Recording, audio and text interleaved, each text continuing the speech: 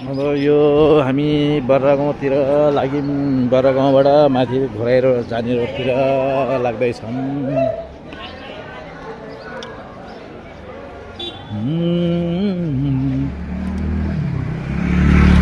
यहाँबाट माथि घोराइ रोड जान्छ।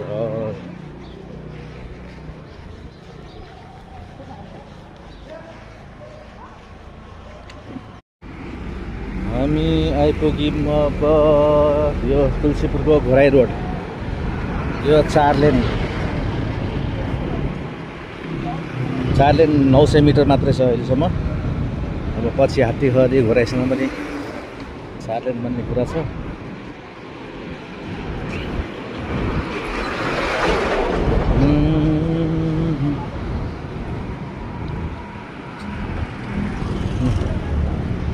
अब यहाँबाट हामी उतातिर लाग्छ। मैले यो लामो हुन्छ क्या। अब यहाँबाट हामी अर्को रोडतिर जान्छौँ। अब यो बाटो क्रस गरेर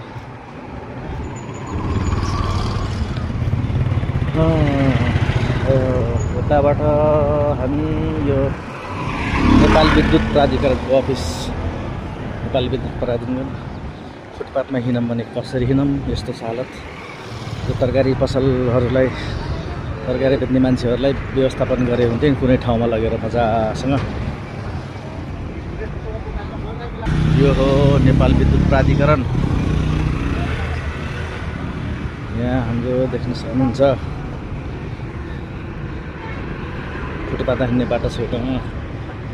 अनि यो तरकारी व्यापारीहरूलाई चाहिँ अरू कतै ठाउँ हेरेर व्यवस्थापन गर्न सक्यो राम्रो हुन्थ्यो होला। हिँड्ने बाटो हुँदैन, कसरी हिँड्ने?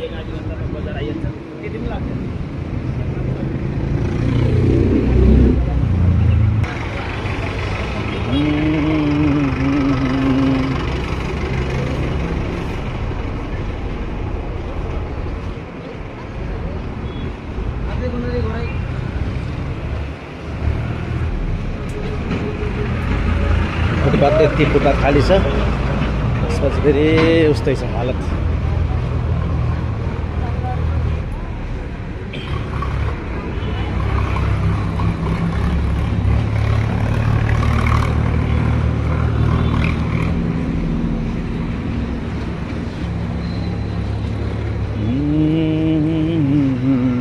टिप्पर बिग्रेछ क्या बाटोमा, हड्डिरहेछ।